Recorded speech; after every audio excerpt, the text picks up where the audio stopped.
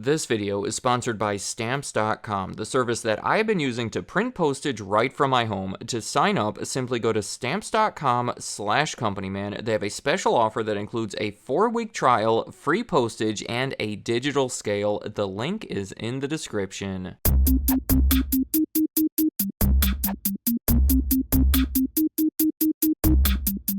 Jack in the Box is a popular chain of fast food restaurants. People in the United States are spending over $4 billion on their food each year. They have over 2,200 restaurants that are almost entirely located in the western part of the country. It's primarily considered to be a hamburger chain, but unlike at most of the others, you can also buy tacos and curly fries and egg rolls. They have this crazy looking mascot. It's a guy in a business suit with a giant ping pong ball head. There's a lot going on over at Jack in the Box. They have had quite the history, with a few dramatic rises and falls that have ultimately helped shape them into this unique company that we have today. Robert Peterson started a restaurant in San Diego called Topsy's Drive-In. It was one of those places where you sit in your car and they bring the food out to you. This was in 1941, right when that concept was gaining popularity, so throughout the rest of the decade, the business did well enough for him to open 3 more of them in the area. In 1951, he converted one of those into the world's first Jack in the Box, complete with a giant Jack in the Box on the roof with that familiar mascot popping out of it. But even with all of that going on, the main feature of the building, and potentially the biggest single reason behind their early success, would be the drive-thru. I'm talking about that whole system that you see everywhere today, where you place your order at the menu with the intercom and then drive up to the window to pay and receive your food. Well, that was the only way that you can get food at that initial Jack in the Box, which was practically unheard of at the time. The company claims to be the first restaurant chain to develop and expand that concept, so being ahead of their time with such an efficient system like that was a big part of their early success. Also contributing to it would be the amount of care that was put into the business. As they opened new restaurants throughout the 1950s and 1960s, they were cautious about choosing new areas, not even expanding beyond the state of California until 1960. The people who operated these new restaurants received months of training beforehand and were expected to keep in close contact with the central company to ensure that everything was consistent and meeting their standards. In 1968, when there were 300 Jack in the Box locations, the company was bought by Ralston Purina, a name that you likely recognize from their pet food, but they were a large company also known for Chex cereal. In the 1960s, their strategy was to grow by acquiring other businesses. Notably, they bought Van Camp, the makers of Chicken of the Sea Tuna, among other things, and they bought Jack in the Box. So here we had a large company ready to put resources into what they believed to be a promising regional hamburger chain. They made these commercials featuring child actor Rodney Allen Rippey, commonly advertising the size of the Jumbo Jack hamburger. At the same time, they aggressively started opening new restaurants all across the country, totaling more than 1,000 of them by the end of the 1970s, and that proved to be a problem. It turns out that the results of these new restaurants in the eastern part of the country weren't quite as strong as they had hoped. It caused them to rethink their strategy and sell the 232 restaurants that they had recently opened there in favor of further developing their existing, more promising market in the West. Basically, that whole attempt in the East was a disaster. You could blame it on rushed area selection, being overextended, too much competition, a lack of name recognition over there, or whatever else. But in the end, I would say that most of their complications led back to the fact that Jack in the Box simply didn't stand out. Compare it to McDonald's, for example, the industry leader, a name that everybody already knew very well, and then a new restaurant comes into town selling hamburgers with a clown-like mascot. What's the motivation to go there over the other place that you already know and trust? And that was the issue in many of their markets, just getting lost in the crowd and beaten by the more established competitors. So their solution, logically, was to try and separate themselves from those more established competitors. Since McDonald's and many of the others were targeting families and children, Jack in the Box decided that they would start pursuing a much more mature customer base. A big part of that involved getting rid of their famous mascot. He's going bye-bye, lady. But he's so cute. Cute was the old Jack in the Box restaurants. But it also involved redesigning and redecorating the restaurants and expanding their menu to offer more upper-scaled, obscure selections, like salads and chicken sandwiches. Again, I realize those are common fast food menu items today, but Jack in the Box was one of the pioneers that helped set that trend all the way back in the 1980s. Actually, by the end of that decade, they had more than 40 items on their menu. Overall, the customers responded very well to the changes. They liked the food and were starting to see Jack in the Box as different from from your typical hamburger place. Though,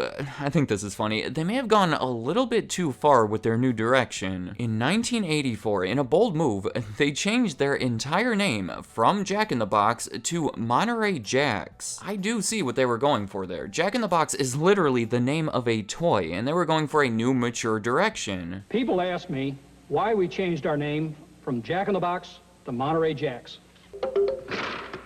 Does that answer your question? But ultimately, the naming change failed to catch on, so they changed it right back within the year. Also, in another area, later in that same year, Ralston Purina had a new strategy of their own that motivated them to sell Jack in the Box, mostly to managers of the company, who had arranged a $435 million leveraged buyout. From there were a few ownership changes, switching from public to private, but the significant one was in 1992, when they had a public stock offering that raised over $250 million that was intended to be put toward expanding the chain. That proved to be unfortunate timing, because the following year, everything went bad again, in many ways much worse than they had before. The next fall of Jack in the Box was due to an E. coli outbreak. Now, this was a huge deal. It's easily among the most notable foodborne illness outbreaks ever to occur, so obviously there's so much that could be said about this as far as the legal end, public awareness, government regulation. I fully recommend that you look further into this if you want to learn more about the details of the outbreak itself, but for today, I just want to stick to how it impacted the Jack in the Box company, which understandably was quite a bit. See, the outbreak was linked to 73 different Jack in the Box locations in 4 states. In the end, 700 people got sick, 171 of which were hospitalized, and 4 of which sadly died. It was highly publicized and understandably made the public apprehensive about going to Jack in the Box. I mean, I know I would be skeptical. Their sales started falling considerably, and they were left with a negative reputation. Remember, right when they had just raised money to expand things. Those were questionable times for Jack in the Box, but amazingly, they were able to almost completely overcome it. Following the outbreak, they implemented a strict food safety program. I mean, I would sure hope so, right? They also went on damage control, settling multiple wrongful death lawsuits, but in the big picture, I think the #1 contributor to their comeback was simply time. When something tragic like this happens, oftentimes all you can do is hold tight and try to weather the storm. Wait for all the media outlets to stop reporting on it, let the public witness a period of time where people aren't getting sick at the restaurants. I know that I would feel so much safer eating somewhere that had an outbreak 2 years ago rather than somewhere that just had a new one that I heard about on the news. So as time progressed, people forgot about the issues and started trusting them again. Look at right now, about 3 decades later, and I'm sure that many frequent Jack in the Box customers are watching this that had no knowledge of any of that stuff happening. But aside from time passing, they were also effective with their commercials. So many of them would emphasize the quality of the food, just making it look tasty and overcoming people's concerns, and they brought back the Jack in the Box mascot. Though this time in a much different way. It was like a playful thing, where he would wear the suit as the founder and CEO of the company. I don't know, it's ridiculous and funny, and maybe the kind of thing that they needed to help repair the public's perception of them. By the end of the 1990s, they had fully recovered to sales numbers higher than they ever were before. So when the 2000s started, they were in such good shape that they were searching for potential opportunities to grow. In 2002, they started a convenience store called Quick Stuff that they would attach to existing Jack in the Box buildings. They built over 60 Quick Stuffs before selling all of them 5 years later. In 2003, they bought the Mexican-style restaurant Qdoba. They bought it when it had 85 locations and then sold it 15 years later after they had built it up to over 700. I should mention that they were also transitioning to a much more franchised model over that time. The final fall that I want to talk about is the least dramatic of the group, but still very much worth mentioning. It happened in the later part of the 2000s decade during the recession. Demand was down, the costs were high, and yet again, Jack in the Box found itself in trouble. This time, the biggest part of their comeback strategy involved rebranding, and I am talking about major rebranding. During the Super Bowl of 2009, Jack in the Box aired a shocking commercial where the mascot suddenly gets hit by a bus. It was this big multimedia online marketing thing where you can go to hangintherejack.com to check on his recovery or post your well wishes. There was also a social media component to it. Well, about a month later, it led to this big announcement that they would be rebranding everything, redesigning redesigning their restaurants, introducing new menu items. They even introduced a new logo after having used their old one since their last major rebranding almost 30 years earlier. In my opinion, a funny and clever way to update things while informing the public about it. All of those changes, along with a strengthening economy, by many measures help stabilize them and improve their performance. But overall, in the big picture, I would argue that Jack in the Box has been pretty stagnant from that point. Not going up or down significantly, which is unlike them, but still maintaining their presence as one of the most popular fast food restaurants in the United States. Let me know in the comments, what do you think of Jack in the Box? Do you prefer their hamburgers over the other major fast food chains, or maybe you go there for their tacos or salads instead, or maybe you avoid them altogether? In fact, most of the country doesn't even have a choice. So many states out there haven't had an operating Jack in the Box since the 1970s, but they have expressed intentions to expand back into those parts of the country. It'll be a slow start, but if all goes well, they'll gain momentum and maybe it'll go better this time. What do you predict for the future, and any other thoughts you have about Jack in the Box, leave them in the comments. I'd like to hear what you have to say. Stamps.com is a sponsor that I am always happy to talk about because instead of waiting around at the post office, I've been hitting the print button on my computer. It is so much more convenient, being my one-stop shop for all my shipping and mailing needs. You can order labels, schedule package pickups, while taking advantage of huge carrier discounts, up to 84% off USPS and UPS rates. And if you have a business, I highly encourage using this service, especially with the big holiday rush around the corner. You're gonna want to be ready for that early, but more mailing and shipping doesn't necessarily have to mean more stress. Stamps.com has been helping businesses save time and money for 25 years now. To get started, simply go to stamps.com/companyman. They have a great offer right now that includes a 4-week trial, free postage, and a free digital scale. All you have to do is click the link that is in the description.